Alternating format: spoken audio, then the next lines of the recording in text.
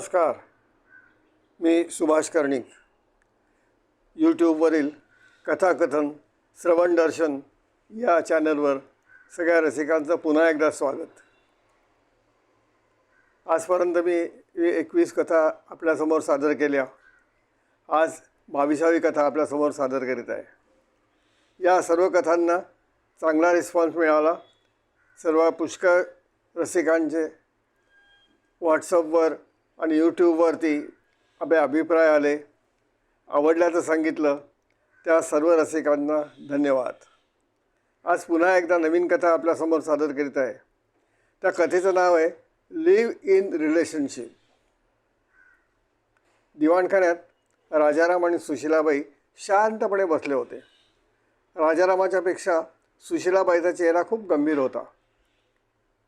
बराच वेळ झाला. शेवटी शांततेचा भंग करीत राजाराम बोलले, पौर्णिमा, तुझा आणि महेशचा एकत्रित राहण्याचा निर्णय अंतिम आहे काय?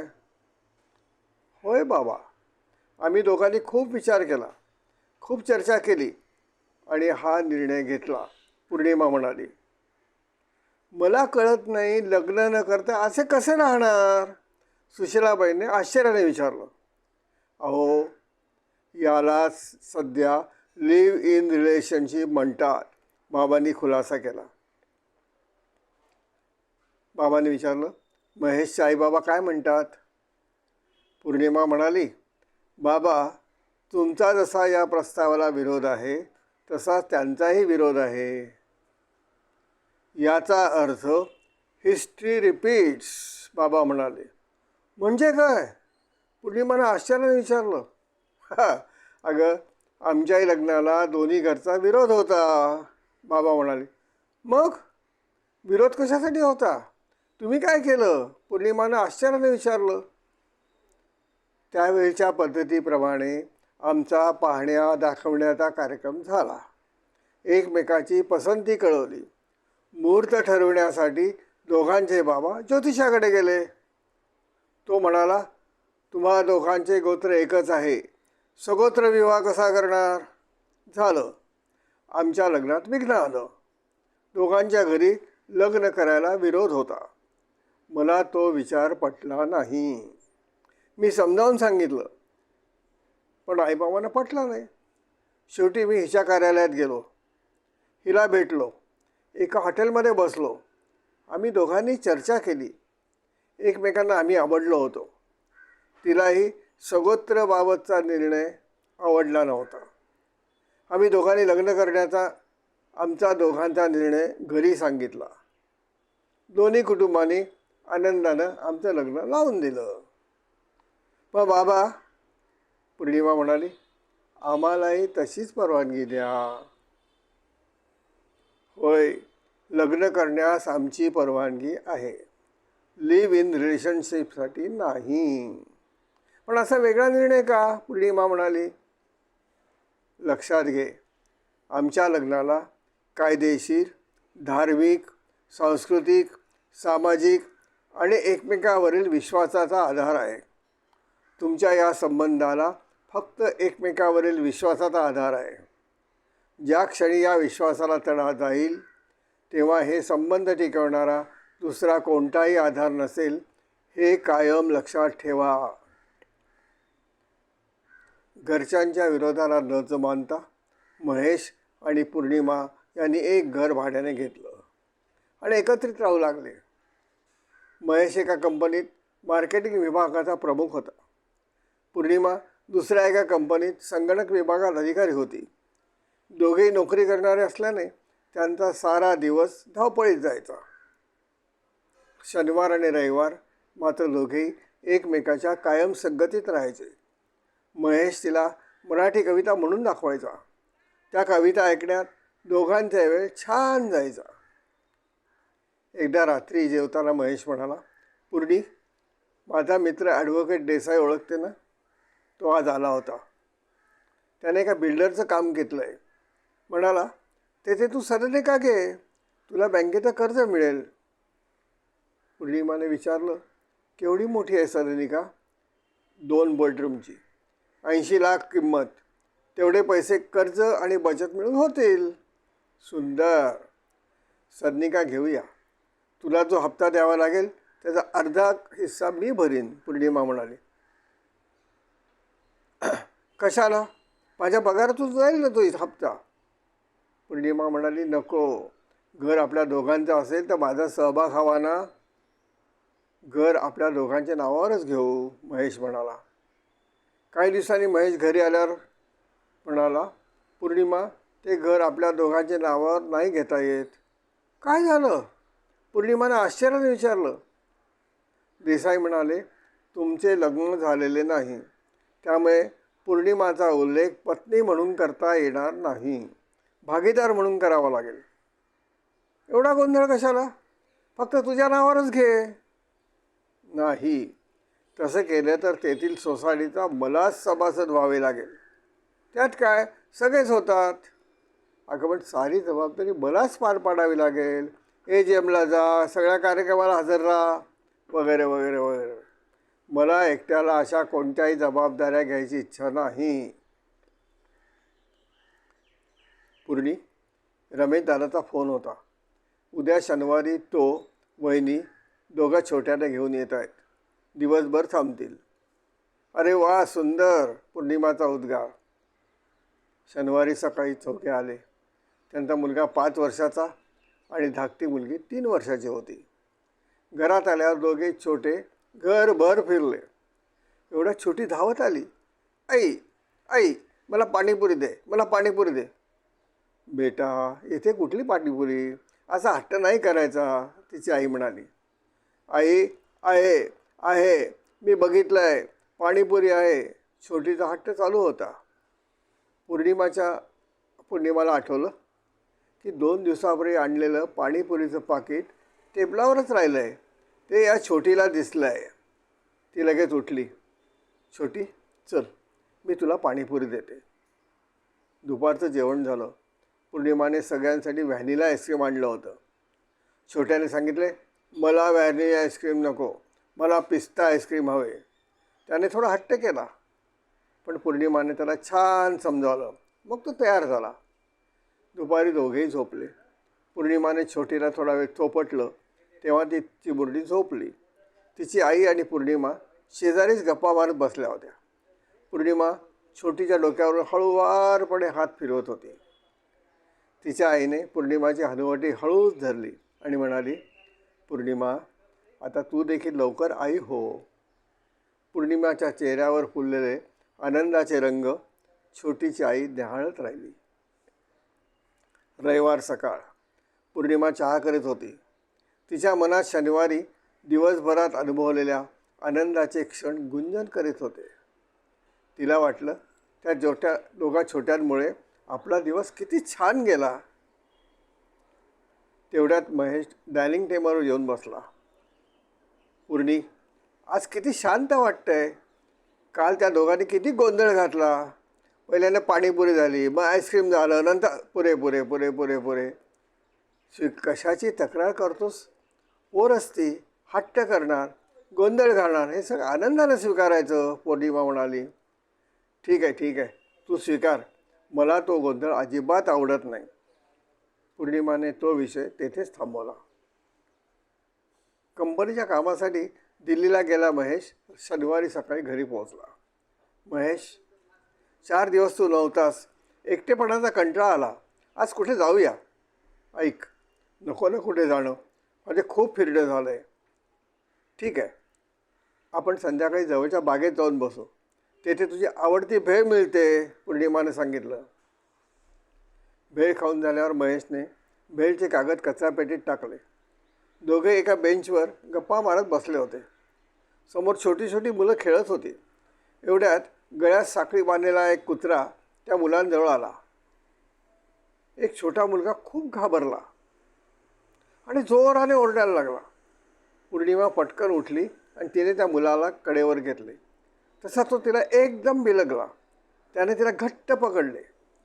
पौर्णिमाने त्याच्या पाठीवर हात फिरून त्याला समजावले, घाबरू नकोस. महेशनं त्या कुत्र्याचा पाठलाग केला. पटकन त्याच्या गळ्यातील साखळीवर पाय ठेवला. कुत्रा उभा राहिला. त्याने ती साखळी एका खांबाला बांधली. पौर्णिमा कडेवरच्या मुलाला हळूच म्हणाली, बघ तो कुत्रा बांधला, आता नाही येणार. त्याने समोर पाहिले, पण भीतीने त्याने पौर्णिमाला सोडलं नाही. पौर्णिमाने त्याला विचारलं, तुझी आई कुठे आहे? त्याने काहीच उत्तर दिलं नाही. पौर्णिमानं तिथे खेळत असलेल्या इतर मुलांना विचारलं. तेव्हा त्या मुलाने सांगितलं की ती समोर व्यायाम करते आहे. पौर्णिमा त्या मुलाला घेऊन व्यायामाचं उपकरणं असलेल्या ठिकाणी घेऊन गेली. मुलाने आई अशी हाक मारली. सायकल चालवण्याच्या उपकरणावर त्याची आई होती. ती पटकन धावत आली. पौर्णिमाकडून तो मुलगा आईकडे गेला. काय झालं? तिने काळजीने विचारलं. मुलगा म्हणाला, डॉग. पौर्णिमानं घडलेली हकीकत सांगितली. हा खूपच घाबरला होता, म्हणून मी त्याला उचलून घेतलं, तर मला केवढा बिलगला. धन्यवाद ताई, ती म्हणाली. नंतर त्या दोघींनी एकमेकींची ओळख करून घेतली. पौर्णिमाने निघताना त्याला टाटा केले, तसा तो तिच्याकडे बघून गोड हसला. पौर्णिमाने त्याचा हात आपल्या हातात घेतला आणि त्याच्या हाताचा हळूच मुका घेतला. पौर्णिमा निघाली तेव्हा तिच्या मनोवृत्ती एकदम प्रफुल्लित झाल्या होत्या. त्या मुलानं जेव्हा तिला मिठी मारली तेव्हा पौर्णिमाला वाटलं की आपल्या शरीरात एक सुंदरशी लहर वाहते आहे. त्या प्रसन्न मूडमध्ये ती घरी आली. रात्री जेवताना पौर्णिमा म्हणाली, महेश, आपण गेली 3 वर्षे एकत्र राहत आहोत. मला वाटतं आपण आता लग्न करूया. असं काय घडलं की लग्न करण्याची तुला इच्छा झाली? महेशने आश्चर्याने विचारलं. महेश, बागेत त्या लहान मुलाला मी उचलल्यावर तो मला घट्ट बिलगला. त्याच्या त्या स्पर्शानं माझं सारं अंग मोहरलं. तेथून निघताना त्याने मला त्याचा इवलासा हात माझ्या हातात दिला. तो अनुभव अगदी अवर्णनीय होता. मागे दादांची मुलं आपल्याकडे आली होती. त्यावेळी त्या पोराने दिलेला आनंद मी विसरलो नाही. महेश, माझा आयुष्याकडे बघण्याचा दृष्टिकोन बदलला आहे. मी ठरवलं मला आई व्हायचं आहे आणि आपला बाळ अनौरस म्हणून जन्माला यायला नको, यासाठी आपण आता लग्न करूया. महेश शांत बसलेला पाहून पौर्णिमानं त्याला पुन्हा विचारलं, बोल ना रे. ठीक आहे, मी थोडा विचार करतो. सकाळी चहा घेताना पौर्णिमाने विचारलं, विचार झाला का? पूर्णी, तुला माझा स्वभाव माहीत आहे. मला जबाबदारी घ्यायला आवडत नाही. आपण लग्न करायचं म्हणजे आपल्या जबाबदाऱ्या वाढणार. आपल्या मुलांचं संगोपन, त्याचे शिक्षण, त्यांना बस बस बस बस हे गुऱ्हाळ लावू नकोस, पौर्णिमा म्हणाली. पूर्णा, मला त्या सांसारिक जबाबदाऱ्या घ्यायची इच्छा नाही. म्हणूनच मी तुला लिव्ह इन रिलेशनशिपबद्दल सुचवलं. आता मला लग्नाच्या बेडीत अडकवू नकोस. महेश, तू जबाबदारी टाळणारा होऊ नकोस, तर जबाबदारी घेणारा हो. त्यानंतर किती ते वेळ दोघांचा संवाद चालू होता. एका क्षणी संवादाचं रूपांतर विसंवादात झालं. ठीक आहे, तुला माझं म्हणणं पटत नाही ना, तर मी निराळा विचार करते, पौर्णिमा म्हणाली. आणि ती आपल्या खोलीत गेली. आपल्या कपाटातील कपडे, पैसे, दागिने तिने एका बॅगमध्ये भरले. महेश, मी सोडून जाते, मला बोलवायला येऊ नकोस. तिने बाहेर जाताना पटकन दरवाजा बंद केला. महेश गोंधळला. गोष्टी एवढ्या थराला जातील असं अपेक्षित नव्हतं. सुशीलाबाईंनी दरवाजा उघडला. समोर पौर्णिमाला पाहून एकदम गडबडल्या. पौर्णिमा, तू एकदम आणि बॅग घेऊन? पौर्णिमानं आईच्या गळ्याला मिठी मारली. तिच्या डोळ्यातून घळघळा अश्रू वाहू लागले. आईने तिला सोफ्यावर बसवलं. शेजारी बसून पौर्णिमाचा हात हातात घेतला. बेटा, शांत हो. काय झालं मला सांग. तेवढ्यात बाबा आतून पेलाभर पाणी घेऊन आले. पौर्णिमा, पाणी पी. थोडे शांत झाल्यावर पौर्णिमानं घडलेल्या सर्व गोष्टी सांगितल्या. आई, महेशला जबाबदारी घ्यायची अजिबात आवडत नाही. मी किती समजावलं, पण ऐकायला तयार नाही. शेवटी चिडून मी निघून आले. पौर्णिमा, या सर्व गोष्टीचा शांतपणे विचार करावा लागेल. निघेल, काहीतरी मार्ग निघेल, बाबा म्हणाले. महेश शांतपणे सोफ्यावर बसला होता. काय करावे हे त्याला कळत नव्हते. इतक्या संदेश आल्याने मोबाईल व्हायब्रेट झाला. पौर्णिमाच्या बाबांचा व्हॉट्सअपवर मेसेज पाहिल्याने तोंड गडबडला. घाईने तो वाचू लागला. प्रिय महेश, तुला ईमेल पाठवला आहे, तो बघ. महेशने आपला ईमेल उघडला. महेश, 2 दिवसात घडलेल्या घटना पूर्णिमानं सांगितल्या. आश्चर्य वाटले. 3 वर्षे आनंदाने, सुखाने, समाधानाने राहणाऱ्या तुम्हा दोघांचे भांडण व्हावे अविश्वसनीय वाटते. पूर्णिमाच्या बोलण्यात आलं की तुला जबाबदारी घ्यायला आवडत नाही. हे कसं शक्य आहे? तू तर आत्ताच कितीतरी जबाबदाऱ्या सांभाळतोयस. बघ, तू घरातून बाहेर पडलास की गाडी चालवताना वाहतुकीतील नियम पाळण्याची जबाबदारी असते. कंपनीत तू गेलास की वरिष्ठ पदावरील मोठी जबाबदारी समर्थपणे सांभाळतो. तुझ्या विभागातील अधिकारी आणि कर्मचारी यांच्याकडून उत्कृष्ट काम करून घेतोस. या सर्व मानवनिर्मित जबाबदाऱ्या आहेत. स्वतःच्या आरोग्याबद्दल, खाण्यापिण्याची काळजी घेतोस. अशा कितीतरी नैसर्गिक जबाबदाऱ्या पार पाडतोस. विवाहानंतर येणाऱ्या नैसर्गिक जबाबदाऱ्या तू नक्की समर्थपणे पार पाडशील असा मला विश्वास आहे. प्रत्येक स्त्रीमध्ये आई दडलेली असते, तसेच पुरुषात एक बाप दडलेला असतो.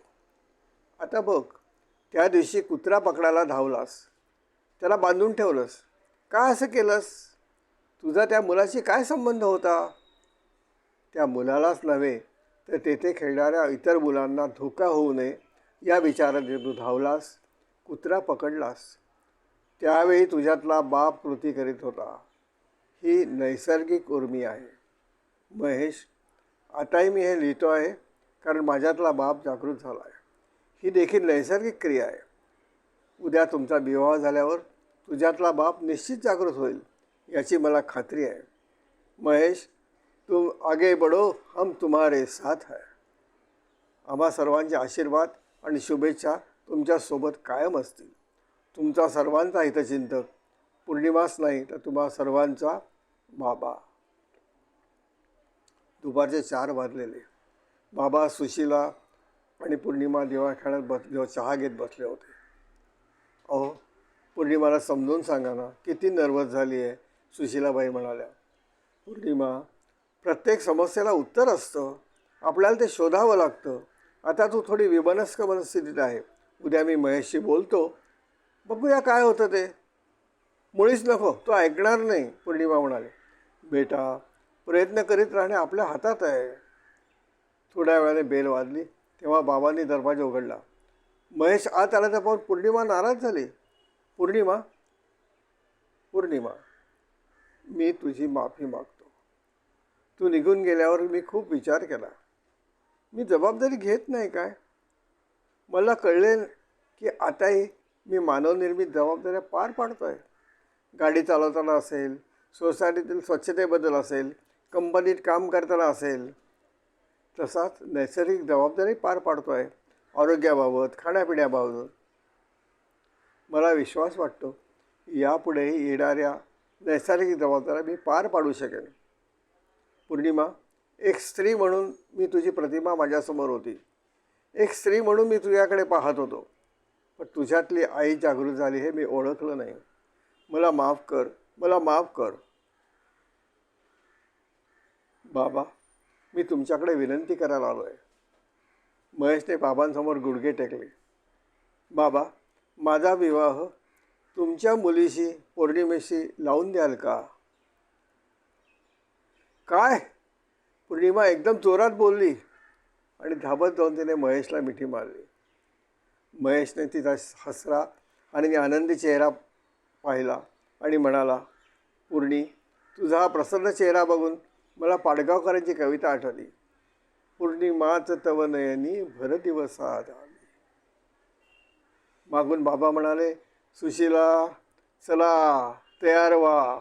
यांचे लग्न धूमधडाक्यात साजरा करण्याची आता जबाबदारी आपली आहे. सगळे हसण्यात सामील झाले. नमस्कार.